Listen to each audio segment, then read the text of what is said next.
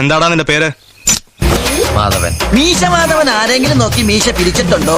അന്ന് രാത്രി അയാളുടെ വീട്ടിൽ കയറി മോഷ്ടിച്ചിരിക്കും. പിരിക്കടാ.